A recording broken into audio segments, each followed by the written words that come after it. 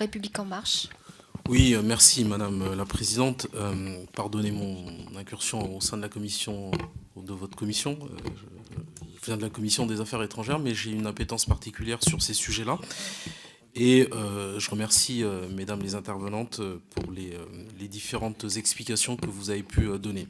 Alors c'est vrai que le questionnement populaire qui est relatif à l'accès des couples homosexuels à la PMA a semblé atteindre son paroxysme lors du vote.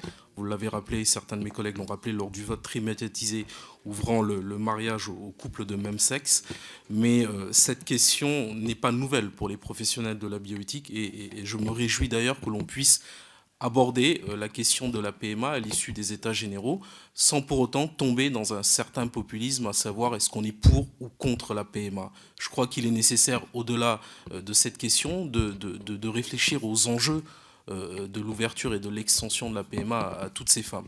Et je dois dire qu'une question déjà se pose à moi et je voudrais vous la poser à vous. Est-ce que vous considérez aujourd'hui qu'on a que l'avancée médicale de PMA est encore un acte à visée thérapeutique ou est-ce que c'est un acte de confort ? Je pense qu'il est très important peut-être de se poser cette question-là et d'envisager, si c'est le cas, acte de confort ou acte à visée thérapeutique, de savoir comment est-ce que notre législation en interne, et je m'adresse peut-être aux professionnels du droit et notamment d'économie de la santé, comment est-ce que l'on peut mettre en parallèle un acte de confort qui serait la PMA ou un acte à visée thérapeutique au regard de notre législation sécurité sociale. Je parle là du remboursement ou pas de l'acte. Donc je pense qu'il nous faut aussi envisager cette question-là. Et puis, moi j'aimerais aussi que l'on puisse peut-être réfléchir, que vous nous aidiez à la réflexion sur les conditions d'accès à la PMA, notamment les limites d'âge. Vous savez qu'il y a un principe de consentement, vous savez qu'il y a des conditions que les personnes soient vivantes, en âge de procréer, etc. Donc comment est-ce qu'avec cette nouvelle approche que l'on aurait de la PMA, comment on adapterait là aussi notre législation.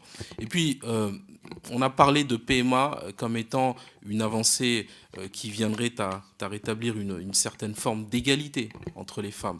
On s'est soucié de ne pas être trop hypocrite dans notre approche, mais moi, je considère que si on parle de PMA, il faut aussi que l'on ouvre le débat autour de la gestation pour autrui. Et j'aimerais savoir, j'aimerais avoir votre avis. Est-ce que vous pensez qu'on peut arriver, avec l'arsenal juridique que l'on a en France, est-ce qu'on peut arriver à ce que j'appelle une GPA éthique ? Je vous remercie. Merci, Monsieur Sébastien Huyghe pour Les Républicains.